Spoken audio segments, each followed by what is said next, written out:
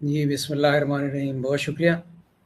Sir, हम तो piece activist हैं, अमन के ख्वाह हैं और 2021 में हमारी किताब निकली थी South Asia needs hybrid peace, और उसमें बाकायदा एक पूरा पीस प्लान दिया था कि किस तरह हम पीस को अचीव कर सकते हैं साउथ एशिया में।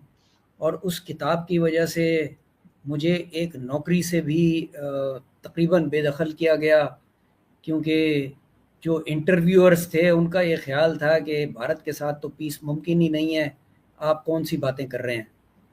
तो मुझे वो नौकरी नहीं मिली, सिर्फ इस वजह से कि मैंने इंसिस्ट किया कि हमें पीस की बात करनी चाहिए। जब भारत जंग करेगा हम जंग का जवाब दे देंगे, तो जैसे कि जहाँ हमने आपने अप्लाई 2019 में किया भी था, किया। डॉक्टर साहब, जहाँ आपने अप्लाई किया था वो लोग कोई हथियार वथियार बनाते थे? क्या इंटरेस्ट था उनका जंग में? सर देखें, सर ये आप जो इस तरह की बातें किसी से सुनना चाहते हैं ना, तो वो शायद आप नहीं, मुझसे नहीं सुन। मैं जस्ट क्यूरियस कि नहीं, कौन से नहीं, ऐसे लोग हैं। नहीं, नहीं, ये हर एक का अपना पर्सपेक्टिव होता है ना। मैं हम्म। उनके पर्सपेक्टिव की कदर करता हूँ, लेकिन ठीक है।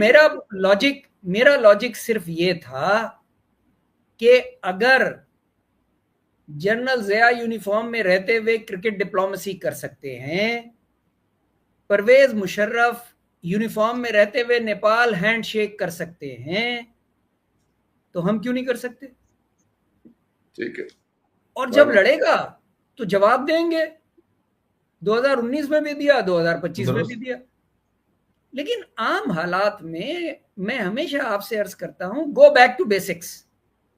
बेसिक्स पे जाएं, rise and fall of great empires को पढ़ें, तो वो लोगों की लीडरशिप की गलतियों की वजह से ही एम्पायरें गिरती हैं। अब मनमोहन सिंह जी ने जितनी मेहनत की और रीबिल्ड किया इंडिया को, मोदी साहब दरपे हैं कि उसको दोबारा अंडू कर दें। ये जो 20 साल का शाइनिंग इंडिया था, उसको वो अंडू कर दें, तो हमारे लिए तो अच्छा है, हमें तो कोई तकलीफ नहीं है उससे। लेकिन मैं आपको ले जाना चाहता हूं एक बार फिर उस तरफ जहां पे इसका क्रेडिट जाता है। हसनैन हम्म। साहब ने माशाल्लाह तमाम चीज़ों की निशानदेही कर दी।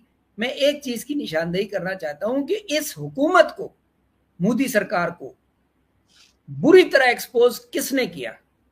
हम तो कर ही रहे थे, हम तो बड़े अरसे से डोसियर भी दे रहे थे, ये भी कर रहे वो कभी। लेकिन मेरा ख्याल है क्रेडिट बनता है जस्टिन ट्रूडो को। आप लोग मानेंगे ये बात, हम्म। जस्टिन ट्रूडो ने हम्म। कनाडा में जिस बुरी तरह मोदी सरकार को एक्सपोज किया, उसकी अपनी नौकरी चली गई। वो वजीर आजम नहीं है, जी। लेकिन उसने इनको भरे चौक पे लाके इनकी हंडिया फोड़ी है। एस्ट्रो। इससे पहले कतर हुकूमत, छोटा सा मुल्क है, उन्होंने इनके नेवी के सर्विंग लोग जो उनकी नेवी में थे और इनके लिए जासूसी किया करते थे, उनको पकड़ लिया, फांसी की सजा दे दी। बाद में उन्हें माफ करना पड़ा, जाहिर है थोड़ा सा डिप्लोमेटिक प्रेशर पड़ा, लेकिन उन्होंने इनको एक्सपोज किया।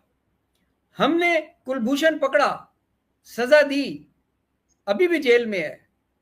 तो ऐसा नहीं है कि इनको लोग एक्सपोज कर नहीं रहे थे, हम भी कर रहे थे, कतर ने भी किया।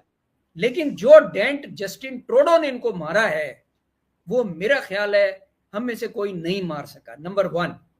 नंबर टू, अब आ जाए हॉकी की तरफ। हॉकी इन्होंने एक दफा पहले भी अलाउ की थी, ठीक है। क्रिकेट नहीं करते, क्रिकेट में डरते हैं कि कहीं हार ना जाए अपने मुल्क में। Hockey they are very confident कि हम पाकिस्तान को हरा लेंगे। आप इनकी साइकी को समझने की कोशिश करें, ये कोई इतने अच्छे नहीं हो गए ओवरनाइट, हम्म। और अच्छे हो भी नहीं सकते। ये इंतहाई बदबूदार किस्म के लोग हैं आरएसएस वाले। लेकिन यहां पे इन्हें ये नजर आ रहा है कि हम लचक दिखाएंगे, इससे हमारे थोड़े से नंबर बन जाएंगे, और यहां आके हम इनको बाकायदा हराएंगे, और इनको जब शिकस्त देंगे तो हम इनको एक तरीके से बुराई करेंगे इनके साथ। सिर्फ हम्म। इसलिए सिर्फ इसलिए क्रिकेट, इसलिए सिर्फ हॉकी की इजाजत दी है, क्रिकेट की नहीं देते, शो बिजनेस की नहीं देते।